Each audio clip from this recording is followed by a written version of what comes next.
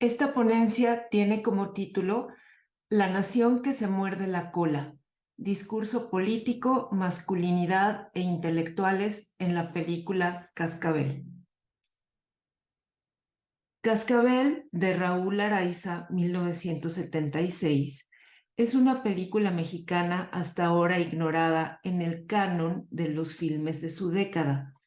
Esta cinta de ficción alberga en sí misma un documental y una profunda reflexión sobre la condición de la verdad y lo útil que para el poder resulta simplificarla.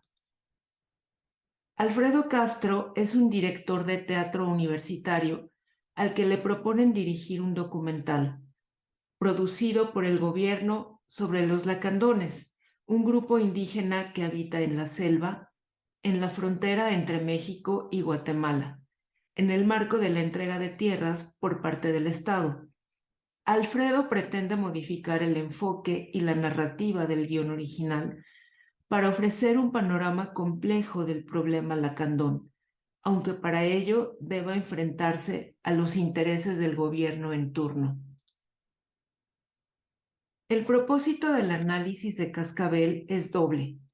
Primero, se pretende explorar de qué forma se relaciona el contexto de producción de una película como esta con lo que el propio filme muestra a nivel narrativo en torno a la censura informal, ligada a una cultura política personalista y autoritaria.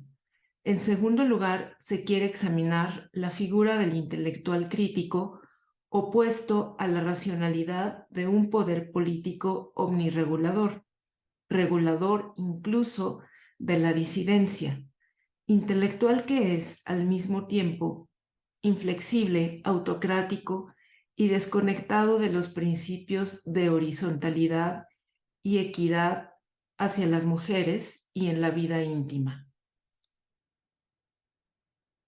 ¿De qué manera cuestiona el texto fílmico la forma tradicional de regular la libertad creadora desde la política? ¿Cuál es la correspondencia de las formas de censura que se muestran con las formas de relación entre los géneros, desde el poder y en el ámbito privado? ¿Consigue esta película evidenciar la retórica del régimen y la crisis del concepto de lo nacional? Esta investigación se orienta a encontrar en el texto fílmico las claves para evidenciar la retórica del régimen, pero también la incongruencia de un modo de asumir la labor creativa, en donde se pone en crisis cierta forma de masculinidad a la par del concepto de lo nacional y sus mitos. La premisa alrededor de la cual gira esta reflexión es que Cascabel logra ilustrar los mecanismos de censura y autocensura en la cultura política mexicana por medio de una dramaturgia visual en las que las luchas de poder entre autoridades y creadores se entremezclan con los conflictos de género. Los encuentros de poder públicos e íntimos se exponen en movimientos de cámara ondulantes, que emulan la circularidad entre la necesidad de conservación de la vida y la libertad artística o de cualquier otro tipo, lo que acaba por convertirse en un oxímoron.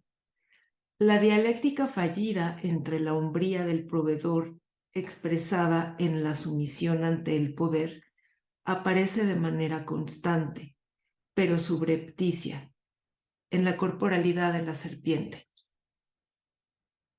La cautela del cascabel hasta su piquete final sugiere una transformación del poder en la política y en el arte, en la que se integre la fuerza terrestre de la serpiente, identificada con el pensamiento tangible, con matices, pero también con la maligna influencia femenina en la tradición judeocristiana, como contrapeso al águila del escudo nacional, asociada al cielo, a la visión divina, a la adoración en la esfera laica.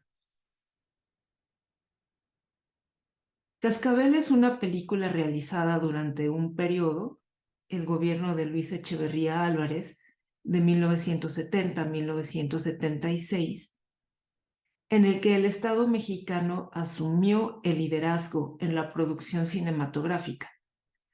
Hay varias hipótesis que explican la adopción de esta política. La más popular se enfoca en la necesidad del régimen de ganar legitimidad tras la masacre de estudiantes en la plaza pública de Tlatelolco el 2 de octubre de 1968, a unos días de la inauguración de los Juegos Olímpicos en México. Fue así que el presidente Echeverría lanzó una política de apertura democrática, de corte nacionalista y popular, en la que se buscaba continuar la ruta progresista y de bienestar social delineada por la Revolución Mexicana. Esta ideología nacional renovada requería del uso estratégico de los medios a fin de comunicar los mensajes apropiados.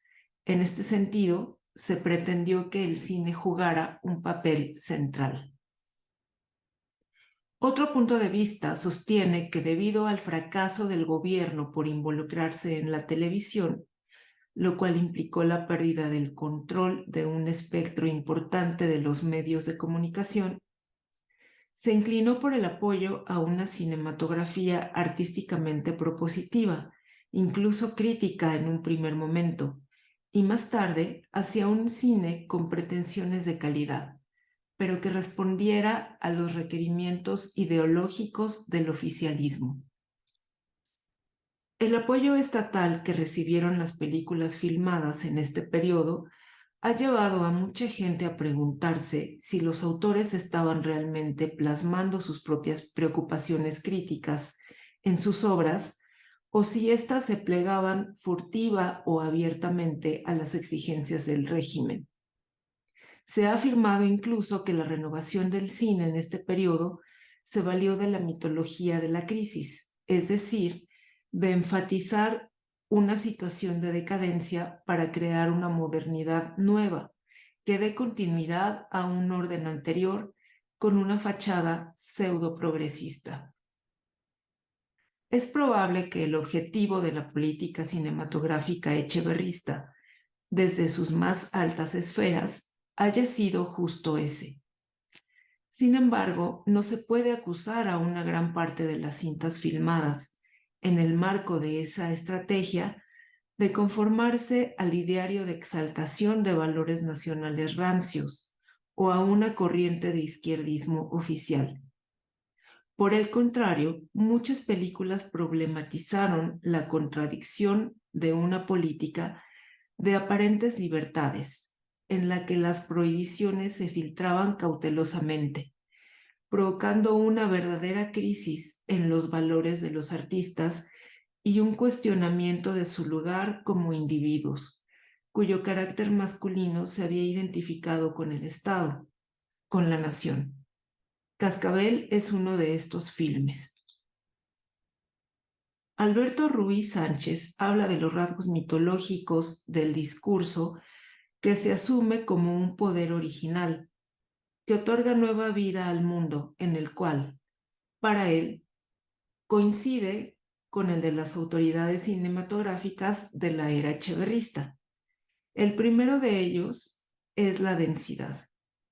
Esto es, una narración cargada de motivos, acciones estereotipadas y personajes arquetípicos, o bien una concentración de significados, de funciones sociales, en algo que carece de esos atributos.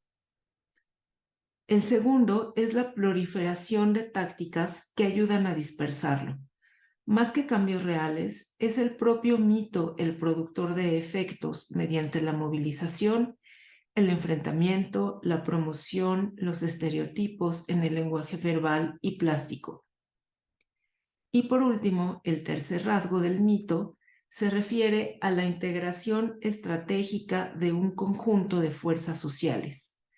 A diferencia del mito clásico, que consiste en un relato ya definitivamente clausurado, el mito vivo es fragmentario y se moviliza de acuerdo al sistema de poder que pretenda producir ciertos efectos. Este discurso de carácter mítico se ejemplifica en los fragmentos de un documental de muestra que le proporcionan a Alfredo para que guíe su trabajo. Una voz engolada, grandilocuente, que pretende fusionar lo tradicional con lo moderno, lo mexicano con lo universal, narra imágenes de paisajes de la selva chiapaneca y los lacandones que la habitan, para terminar con aplausos atronadores en un recinto oficial. Los aplausos se enlazan con la voz de un especialista que da su opinión sobre el discurso demagógico que equipara a la comunidad indígena lacandona con especies animales en peligro de extinción. Preservación de culturas y formas de organización social que enriquecen el acervo de los mexicanos, al tiempo que ofrecen servicios e innovaciones a los grupos que participan de esas culturas para que se engranen en la sociedad nacional y por intermedio de ella en la universal, sin que por ello pierdan el idioma y las formas de vida que les caracterizan frente al despojo de sus recursos y la sistemática destrucción de sus formas de vida, practicados frecuentemente al amparo de una supuesta modernización. El gobierno ha asumido la responsabilidad de reconocer y confirmar los derechos patrimoniales de estas comunidades como base de su mejoramiento. Desgraciadamente en México le tenemos miedo a las palabras porque tenemos una larga cultura de demagogia, un largo entrenamiento demagógico, pero lo que tenemos hecho con los grupos indígenas existentes en el país son verdaderas reservas indígenas. Cuando lo hablamos esto de los Estados Unidos nos parece monstruoso, bueno, las reservas de indios, y sin embargo nosotros estamos teniendo exactamente lo mismo. No los estamos incorporando, no les estamos dando ninguna posibilidad de desarrollo, no los estamos, repito, culturizando de acuerdo con nuestro mejor saber y entender. Este documental sobre los lacandones, según se comenta en la cinta, es idea del propio presidente de la República. En los primeros minutos de la película hay dos alusiones a Luis Echeverría. La primera es su retrato con la banda presidencial que cuelga en la pared de una oficina. La secuencia de créditos termina con un acercamiento a la serpiente que abre las fauces, imagen que se encadena con un acercamiento a Gorostiza, un funcionario cuyo rostro aparece a la misma altura que el del presidente, como si fuera su portavoz.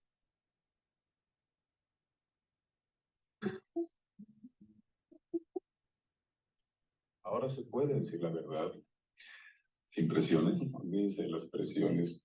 Esto es un asunto oficial relacionado con la entrega de tierras a los lacandones. Sí, es cierto. La ratificación. Sí, gracias. Díganos que ya voy. ¿Me decís? La ratificación de la entrega de las tierras a los lacandones. Estas son cosas que se han tratado a otros niveles. El señor ministro quiere que esto se haga bien.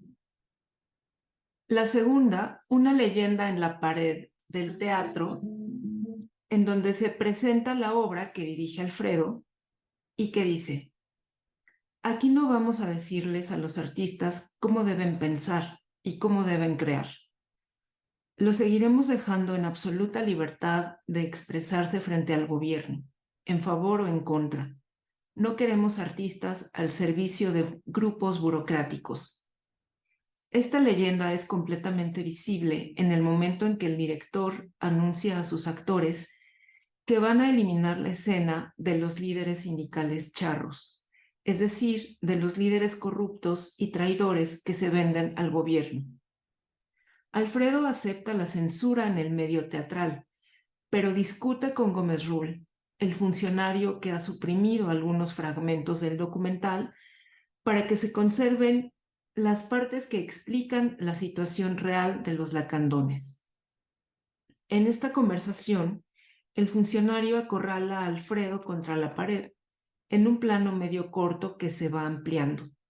Es importante notar que la cámara gira en círculos a medida que se desarrolla el argumento y que el funcionario reconoce las afirmaciones demagógicas del gobierno en turno, al tiempo que atiende otros asuntos.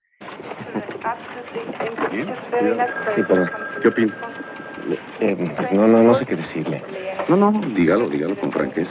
Sí, es que siento que el guión... Juanito. Vaya, que las cosas Al archivo. no están muy claras. ¿Por qué? Porque no se especifica con claridad ¿Qué se pretende del documental? Está muy claro, ¿no?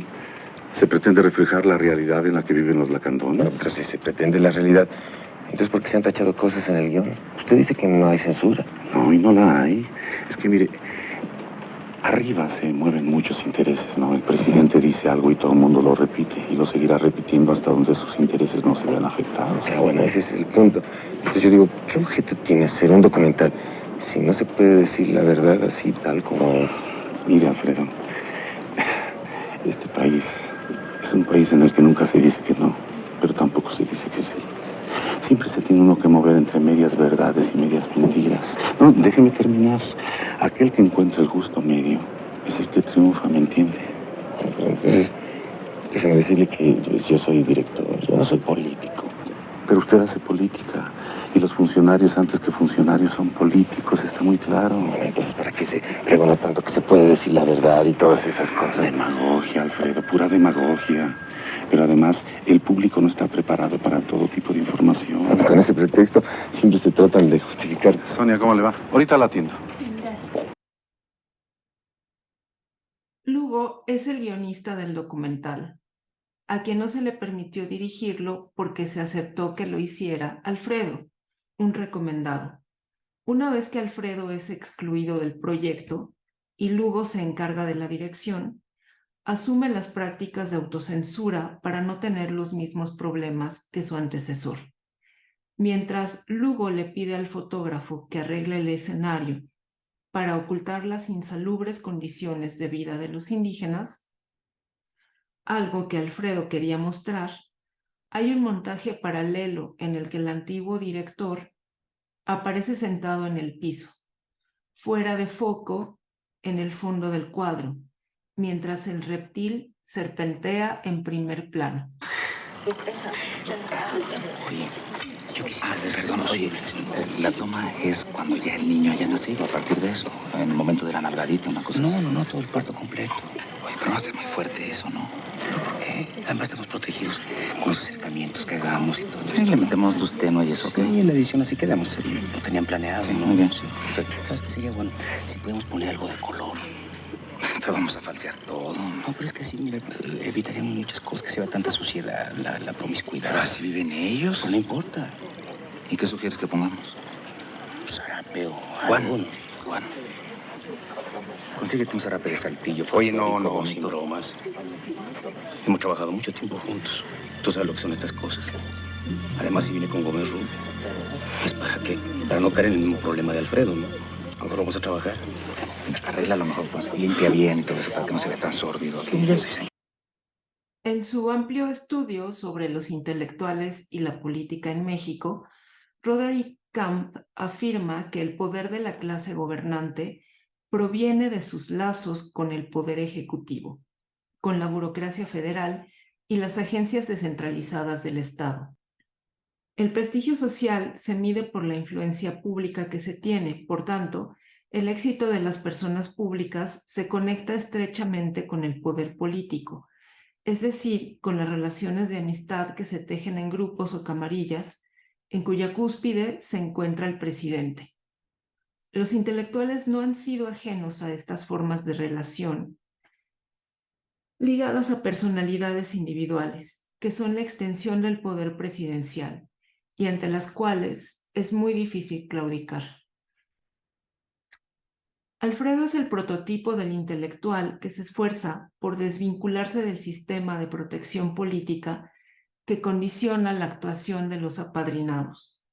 Este sistema, sin embargo, se aplica a otro nivel en la relación del poder con las mujeres y las formas de uso que hace de ellas, como se observa en el caso de la actriz que pide trabajo a Gómez Rull. La secuencia se divide en 3 planos. La joven actriz pide una transformación en las prácticas ahora que el Estado se hace cargo del cine, y no obstante, la carpeta con sus fotos la muestra semidesnuda, lo que contradice su discurso. De una toma desde el extremo de la oficina, la cámara se acerca en semicírculo a la mesa. Y detrás de algún material, yo soy actriz egresada de Bellas Artes y quiero hacer cine. Mi problema es que siempre que voy a pedir trabajo me piden que me desnude o que acompañe a los señores a cenar. y ahora, como el cine pertenece al Estado, pues adornar las mesas de los políticos. Bueno, eso pasa en la televisión y en el teatro también, ¿no? Bueno, pero yo quería evitarme todas esas molestias y por eso vengo a verlo Mire, y a buscar. detrás de una estrella siempre hay un padrino, alguien que la ha podido impulsar. En un segundo plano, cuando se habla de los intereses creados, la cámara permanece fija. Las condiciones han sido puestas sobre la mesa, inamovibles. Porque no nada más es el talento, son las relaciones públicas, los intereses creados.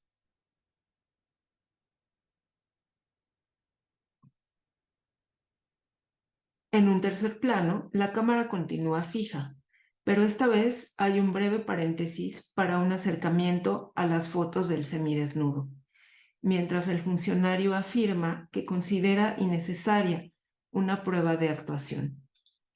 ¿Y usted en qué podría ayudarme? No, yo encantado le ayudo. Déjeme una foto y...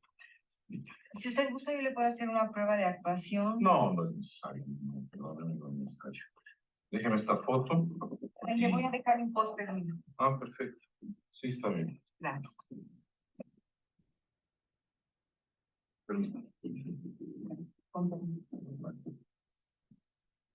El individuo masculino se desenvuelve en esta película sin el sostén estatal a sus valores y proyectos. Hacia la mitad del siglo XX, surge la necesidad en el medio intelectual mexicano, en aras de modernizar el sentido de lo nacional, de hacer una crítica al machismo y de quitarle fuerza a los mitos nacionales, fundados en épicas sanguinarias. La crisis de significado de lo masculino corrió a la par de las crisis del concepto de nación.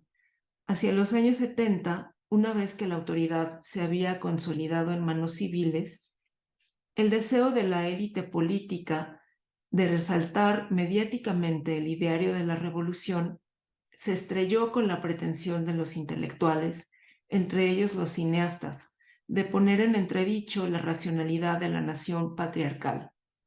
En otros términos, el concepto de progreso del gobierno en turno, para muchos con tendencia de izquierda, se retrotraía a los tiempos en los que la justicia tenía que ser respaldada por figuras masculinas fuertes y dominantes, mientras que para los intelectuales críticos, una nación modernizada debía alejarse del prototipo del macho violento y nostálgico. Cascabel recrea este conflicto entre visiones contrapuestas de lo masculino y de lo nacional.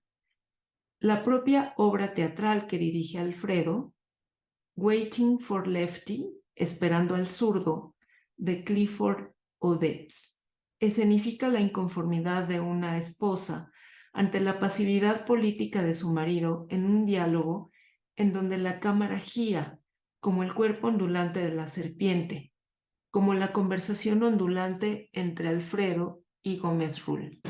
Entonces no me importa. Pero mi amor, es que... No me importan ni tú ni todos esos cobardes que no quieren pelear. Por mí que los muelan y los hagan picadillo. Eso es una cosa de todos. Pero a mí no me van a hacer picadillo. Yo tengo otros planes. ¿A dónde vas? ¿Qué te importa? Dímelo. Que te diga que... ¿A dónde vas? ¿Te acuerdas de aquel novio que tuve? ¿Cuál? Bob Haas. Todavía lleva mi foto en su reloj. Y gana bien. ¿Qué cosas estás? He oído cosas peores de las que estoy diciendo. ¿Has visto a Bob desde que nos casamos? Quizás. Si yo pensara que... Si pensaras que... No quieres asustarme. Las cosas ya no son como hace 5 años, Joe. ¿Quieres decir que me dejas? ¿A mí y a los niños? A ti te dejaría así. ¡Rata de porquería! ¡Ahora mismo te vas de aquí! Lávate las nalgas y vete al primer hotel que encuentres por la calle. Y pensar que ese canalla está viniendo aquí todos los días y acostándose contigo mientras yo me rompía el alma en la calle. Te estás retorciendo como un gusano. La que se va a retorcer enseguida eres tú. A mí no me asustas ni esto. ¡Para eso me maté trabajando! Eso pregúntaselo a tu ¡A él patrón. no le importa un rábano, ni tú ni yo! Justamente lo que yo decía. ¡No cambies el tema! Pero si no cambio el tema, si tu patrón es el tema. Yo no lo he visto en mi vida, pero él es quien me está metiendo ideas en la cabeza. Él es quien le está inyectando a tus hijos esa enfermedad que se llama tifus. Alfredo, como creador, se opone a la perspectiva estatal de una nación de piedra, fuerte, vigorosa, de una pieza, sin problemas ni contradicciones, rasgos con los que se había identificado el individuo masculino revolucionario y el posrevolucionario con todo y su beta sentimental, ajena a los problemas sociales. Alfredo cuestiona la dominación masculina del gobierno, pero no puede deshacerse de la conducta autoritaria en el ámbito privado. A este personaje, como a muchos disidentes de entonces, y aún a hombres y mujeres hoy en día, les parecía irreconciliable la vida de pareja y familiar con sus principios políticos o su proyecto profesional. Alfredo hizo una abstracción de su propia norma masculina y la convirtió en ley absoluta, incompatible con las necesidades de su pareja. Su ideario artístico y político de libre pensador seguía considerando a lo femenino como algo insignificante. Esta clase de pensamiento, a un nivel de dogmatismo más elevado, como lo analiza acertadamente Domínguez Rubalcaba, es el que evidenció José Revueltas en uno de los protagonistas de su novela Los días terrenales, en la que critica una militancia de izquierda profundamente inflexible, autocrática y desconectada de los principios de horizontalidad y equidad en la vida íntima. La masculinidad pretendidamente nueva de la intelectualidad mexicana continuaba instalada en el machismo y la misoginia. Alfredo intenta desplegar sus capacidades creativas haciendo honor a los complejos vericuetos de la verdad, pero se topa con ese estado ampliado que busca usarlo para simplificar la realidad. Es un hombre que se quiebra hasta las lágrimas ante su frustración, cuyo rostro acaba petrificado en una última toma, como una máscara de arena inmóvil, impotente ante el piquete de una víbora. En la secuencia final, el piquete de Alfredo y su desesperación se presentan en planos cortos y rápidos, mezclados con imágenes del documental oficialista, la música nacional y el discurso mítico, con los gritos del que fuera director.